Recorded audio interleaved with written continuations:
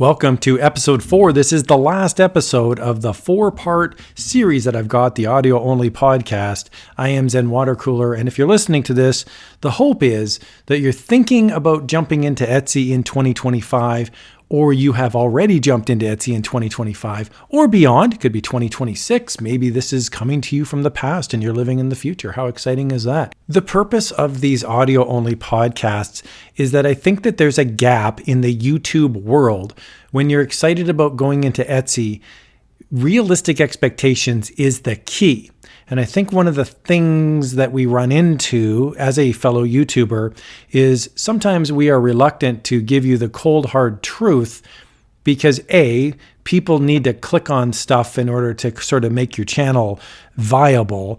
And so the more positive and the more preaching of rah, and you can do this, and I uploaded 3 designs and I made $10,000, these sort of videos are very popular with people because people in general want to know that they can do this. So that is not, I repeat, not the purpose of this course, this 4 audio-only podcast course. Please do not purchase a course from somebody. If anyone is claiming that they have all the secrets to Etsy, or they have all the secrets in print on demand, or they have all the secrets in the digital download world, please do not purchase anything from somebody. Now, I do want to point out, I have a book literally called Print on Demand Secrets. So I sort of say this tongue in cheek, but everything in the book I have on my channel for free. The reason I wrote the book, Print on Demand Secrets, now available at Amazon, #shameless self-promotion. The reason I wrote the book is because I had requests from people that said, hey, as much as I love your YouTube videos, it would be nice to sit down on a couch by the fireplace and really digest this at my own speed. Everybody learns differently, right? Some people learn through videos. Some people learn through listening, and some people learn through doing. So I do want to say the best indicator of success on Etsy is uploading a lot of designs that are high quality in niches that people actually care about. That's it. That's the whole course. That's everything you need to know about Etsy. So in this video, I'm going to be talking about keys to success and how to achieve those 3 things. And I'll repeat those. Those 3 things are create a lot of designs. Now, whatever a lot means is obviously open to interpretation. A lot might be 70 listings on Etsy, or you might have your own website with 2,000 listings. So Etsy just needs to be a marketing portal to get new eyeballs in, and they go, oh, you have your own website over here. So who knows what a lot means? For me, typically over the years working with people on Etsy, it's typically between 50 and 100 listings on Etsy. If you can get into that sweet spot, you're going to notice that 5 to 10 of those listings, if you do everything right, 5 to 10 of those listings will garner a lot of views. You'll see 3 people have this in your cart, 10 people have this in your cart. You're going to see favorites. You can see analytics on Etsy. If you open up a shop, there's an analytics page where you can see statistics. So you can see what people are liking and favoriting, and of course, even buying. That's really helpful. So the first thing that you want to do when you're thinking about going onto Etsy or going onto Etsy is create high quality items that are priced competitively. Now, if you're doing digital downloads, this means you're creating high quality vectors, PNG files, illustrations. Maybe you're upscaling illustrations or digitally cleaning up pictures, whatever it is. You want to create high quality items. And secondly, you need to think of this in terms of like publishing a book. Now, I'll give you an example. You might go on to Etsy and type in just SVG as your search term, and that stands for Scalable Vector Graphic. You're going to get back thumbnails that look absolutely insane. You're going to see 1,000 graphics for $1 or 500 graphics for $2. Now, that's really depressing, right? You might think, wow, like, how am I ever going to compete with that? And I'm certainly not going to sit here and suggest you have to put yourself in some sweatshop for 18 hours a day for a year to crank out 1,000 designs only to list it for $1. I will say that if you get into the right niches, you could have a digital download bundle of 10 designs, 20 designs, 30 designs, and you could price it like $3, $4, even $5. And if you do that, you're going to notice over time likes, favorites, multiple sales. So you can't focus too much on the low price point. A common roadblock that I hear from people who are setting up on Etsy is they'll say, man, I did all this work. I have this digital download bundle of 50 amazing designs that I poured my heart and my soul into, and you want me to list it for $2.99? Really? And it's like, yeah, because really successful shops might sell 80 of those in 1 month. And 80 times $3, that's a lot of money. That's like $240, $250, right? If you lop off the fees, you're getting $200 passive income because you're not listing that again. You're not creating that bundle again. You're going to be working on a new bundle. So you want to ask yourself, do you have a long-term vision of Etsy? Hopefully the answer is yes. Don't chase short-term success at the expense of long-term success. So you may also have to spend money on a good computer. This will get you high quality items. I get this from time to time. People reach out to me and they say, I want to sell on Etsy. I want to sell high quality, upscaled digital downloads. Okay, what kind of computer do you have? I don't. I just use my phone. Right. So that's probably not going to work unless you're some crazy savant that is totally using apps that I've never heard of. But generally speaking, if you're going to be upscaling massive pictures or using graphic design software on a professional level, you need a proper computer. And on that note, you may want to actually invest in Photoshop or Affinity Photo. It's like any business. I actually have a friend of mine who's thinking about becoming a tattoo artist. Okay, are you going to go into this low end or are you going to go into this for real? Because if you're going to go into this for real as a tattoo artist, you're going to have to buy inks and needles. And you're going to have to dedicated workspace. And you're going to have supplies and a template and fake skin to work on and a printer. Like these are capital investment. Like you can't just decide to grab an old tattoo gun from the dollar store and say, well, I don't really have any money and I don't have any time to practice and I'm just going to start making money. It's like that's not the way the world works. So you really have to look at Etsy not in seclusion, not in isolation. One of the big things I think that people do with Etsy to their detriment is they think that Etsy is some weird get-rich-quick scheme that if they can just crack the algorithm, money will start flowing to them like water down the river. And it's like that's not the way any business in the world works.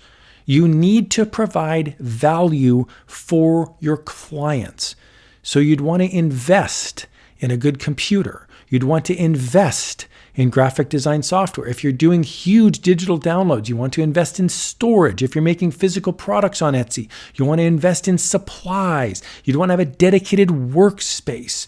If you're investing in print on demand, you may want to have a Plus membership or a Next Level Up membership. Printful, Printify, Gelato, they've all got these extra memberships. Now, I'm not telling you to go out and spend a fortune on these things. I don't have a vested interest in your success other than that I'm cheering you on as a fellow human being. I want you to be happy in your life, providing value for people. So either you can invest time and energy, or you can invest money. Those are the two things, and they're interchangeable, right? So imagine my tattoo example, right? If I wanted to become a tattoo artist, I could either buy the craziest, most expensive tattoo gun, and I could buy all the high-end supplies. I could spend $4,000 setting up my tattoo shop, but I still need to learn the trade, and that's going to take time and energy. Or I could spend no money, just get hand-me-downs. I could be practicing on fruit instead of fake skin. I could just decide I'm going to do the bare minimum to get through. Well, that's going to be fine. I need to really work really hard, though, and I'm going to be spending hundreds and hundreds and hundreds of hours trying to perfect my skill using wimpier equipment than if I go high-end. It's like anything. It's like skiing. If you have really old hand-me-down equipment, it's going to take you longer to learn how to ski than if you buy really high-end equipment. Now, they might be negligible, because if you're a crappy skier, you're going to be a crappy skier, whether you have high-end equipment or low-end equipment. It's the same thing with musicians. Right? If you want to be a drummer and I give you the worst old beat up drum set in the world, you could definitely become a good drummer. But it's going to take you a long time to be properly tuned as a drummer because you're using a crappy old kit. Eventually, if you're getting success, you're going to want to invest in better equipment, better guitars, better drums. We go back to Etsy, maybe a better computer, maybe a subscription service to Vexels or Kittle or Creative Fabrica. So just think about those things as you pursue your success on Etsy, that your time eventually becomes a finite resource that can work to your detriment. You need to scale up, and that means you either get more people involved or you purchase one of these items as an investment to help level up. Another thing that you can do is really, really take a good look at great-looking thumbnails on Etsy. This is a quick tip. So if you're looking for something down and dirty that you can do today, go onto Etsy as a customer, or better yet, sit with your mom or your aunt or your uncle or your best friend and go onto Etsy and just say, what do you like and why? It's very easy to get their opinions about what they like and why. The answers might surprise you. They might go, oh, that thumbnail looks amazing. Now, they might not use the word thumbnail, but they might go, oh, that sweater looks really nice, or that sweater looks really horrible. You can interview them and just say, what do you like? What do you not like? Over time, you'll get an eye for really good looking thumbnails. It's pretty amazing to think that you spend countless hours building a portfolio on Etsy, building a business, putting in titles and descriptions and tags. And really, a lot of it comes down to how good looking your thumbnail looks, because that's the only interface that a potential client has to view your work. So I highly recommend that you spend time and energy looking at thumbnails. Another thing that you can do is look at existing successful shops on Etsy. So if you Google, I say Google, like search on Etsy. If you search on Etsy for some sort of t-shirt design, for example, the top results will typically be the best stores in the sense that they've got the most sales, because Etsy wants you to buy something. So it's going to return really good results that they know are tried and tested and true. Now, of course, you can filter these results. You could have Etsy return the newest listings, but generally speaking, most people are looking at the most relevant search results, which means the best-selling stuff goes to the top.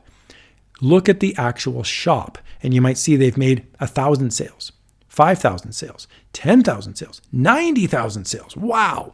If you see a shop that has that many sales, you might want to favorite a few of the items and really do a deep dive. What are they doing well? Do they have a great-looking banner? Do they have great-looking thumbnails? Do they have great-looking descriptions? Maybe they've got great-looking keywords. There are things that you can do to be mentored by these shops. Now, I want to be very clear. I am not talking about stealing designs from other Etsy sellers. I absolutely do not recommend this. I think it's a stupid plan. I think it's a lazy plan. You need to go forth and create your own. But there's nothing wrong with walking around virtually inside of an Etsy shop and saying, what do I like about this? Do they have consistent looking thumbnails? Do they use a good color scheme? Do they have a really witty description and a nice looking banner? These are things that anybody can look at, and you can decide, do you like that? And would you like to emulate that as you move forward? Now, I think personally, the biggest key to success on Etsy is niche research. What happens when you start up an Etsy shop is typically, generally speaking, you get so excited about listing designs that you just pick things that you really like. And I've had this happen to myself and to people who I've mentored. Their brain just shuts off. They just go, oh, this is so exciting to be able to list something for sale. I really want to make funny cat designs, or I really want to make a cool sticker that looks like this. And you're not thinking in terms of what does the customer want. So I've got a couple pieces of advice in regards to this. The first thing you can do is you can go with a paid option like Everbee, for example. Everbee is a niche research tool. Now, I want to be very clear. There's lots of free options out there as well. Everbee actually has a free account you can sign up, and it's got limited search results, but it's still pretty cool. So I will put a link to Everbee in the video description.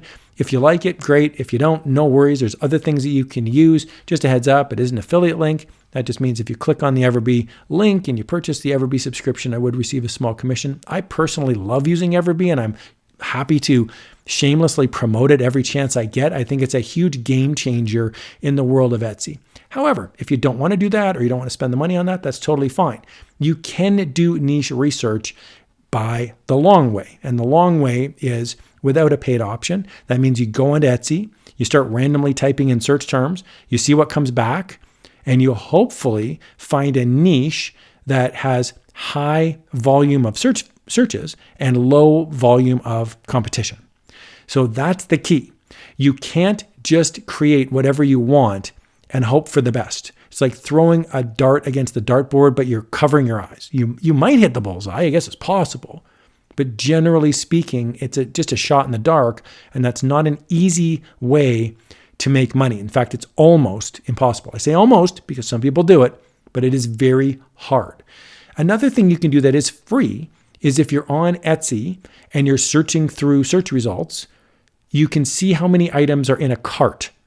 And sometimes that shows up. Now, sometimes it doesn't. Some sellers have figured out ways to turn that functionality off, but Etsy does show in many cases how many items are sitting in a cart, because what they're doing is they're trying to create a sense of urgency. If you look at a listing and it says 8 people have bought this in the 24 hours previous, or 9 people have this in their cart, the idea is they're trying to pump you up and go, wow, I better buy this so I don't miss out, right?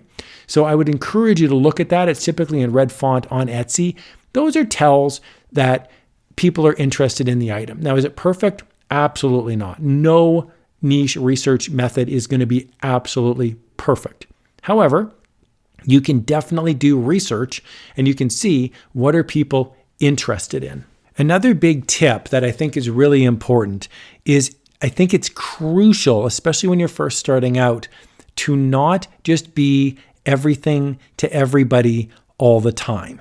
I see this on Etsy time and time again. You'll see a new shop, it has a low amount of sales, and they're selling everything. Digital downloads, print on demand, fine art prints, t-shirts. They're even selling physical goods. You'll see an old pottery or old Xbox being listed, or a vintage action figure. It's like, okay, so what is this store exactly? Like, am I buying a He-Man action figure? Am I buying a ashtray from the 18th century, but then they've also got print-on-demand t-shirts and digital downloads? It's very confusing and very off-putting for clients. Now, I'm using kind of an extreme example there, but you get the idea, right? If you go onto a store, ask yourself, why would you favorite an Etsy shop? Just think this one through, right? Generally speaking, it's because you are going to purchase something from that shop eventually. And what do we do when we purchase stuff? We come back and we purchase again because we really like that style of design.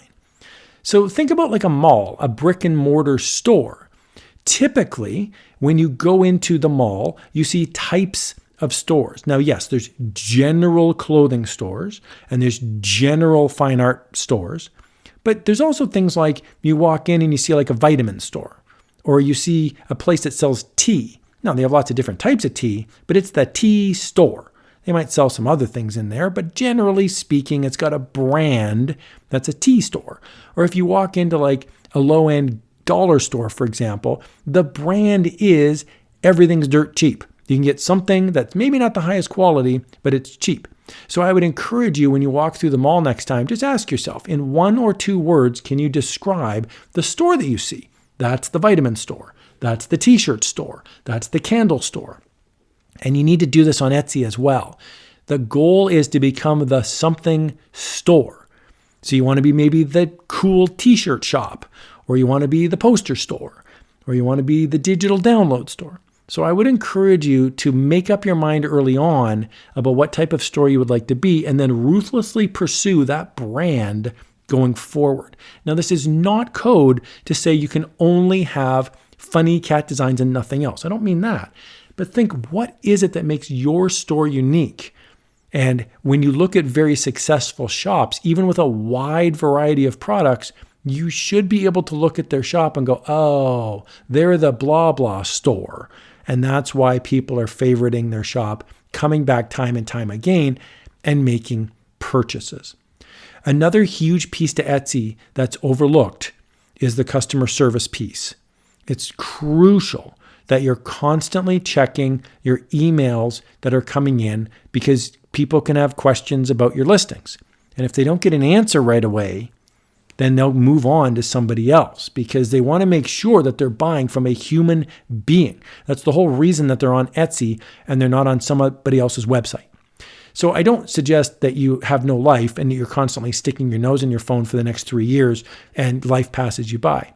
But I would suggest that you link up your Etsy account to your email, and maybe you have a notification turned on your phone so that if somebody asks a question, it'll pop up so that you can at least be aware that you can answer within an hour, 2 hours, 4 hours, whatever your turnaround time is. The other piece that I want to mention is I would recommend long-term, if you're setting up on Etsy and you've got a branded store and you start killing it on Etsy and you're making consistent sales and you're loving life, seriously consider getting your own website. If you can get your own website, this protects you in the event that Etsy decides to ban your store, which could totally happen even to the most successful shops. And number two, if you sell enough products, you can actually make way more money selling on your own shop versus selling on Etsy. So imagine, for example, if you had 5,000 designs that you were selling. Let's say you have a t-shirt shop and you have 5,000 designs. Do you want all 5,000 of those designs on Etsy? Probably not, because the store would be so expensive on Etsy. At 20 cents a listing, you're looking at hundreds and hundreds of dollars every month just in listing fees. Plus, you have to pay Etsy a 5% commission every time you make a sale on Etsy. You don't have to do any of those things when you have a website. You pay for a name, like a domain name, that's about $10 a year, maybe $20 a year. And then you pay for a hosting service like Shopify. So that could be $40 or $50 a month. You can have an Everbee store, for example. That's about $30 a month. And when you have that, when you make a sale, you just make a sale. You can list an unlimited amount of products, 1,000 products, 2,000 products, 5,000 products. And if you sell something, you're only paying the fee, which is either a PayPal fee or a Stripe fee, which is about 3%. And that's it. You're not paying any commission because you own the website. So I will say long term, if you find yourself making 3 sales a day, 4 sales a day, if you're putting a lot of time and energy into an Etsy shop, you may want to divert 10 or 20% of that effort into setting up and investing in your own website so that you can have success for years and years to come. I really, really hope that you found this little jaunt into the audio-only podcast world helpful. Make sure to subscribe to my channel. It's called Zen Watercooler. I have another channel as well called Crafty Stacks. That's S-T-A-X, Crafty Stacks. And that is me as well. So if you can't get enough of my voice and you want to hear me blab on about other things, I'm happy to do so on that channel as well. That's deep dives, a lot of digital downloads, and a lot of technical walkthroughs on certain platforms. I've got some public domain videos in there as well. It's a good time. So make sure to subscribe so you never miss an episode. Thank you for lasting all the way to the end of this. I hope you found this helpful. I would love to hear your feedback. If you've got questions, if you've got suggestions for me, I'll gladly take it. Thanks a lot for listening. Go forth and create. I believe in you.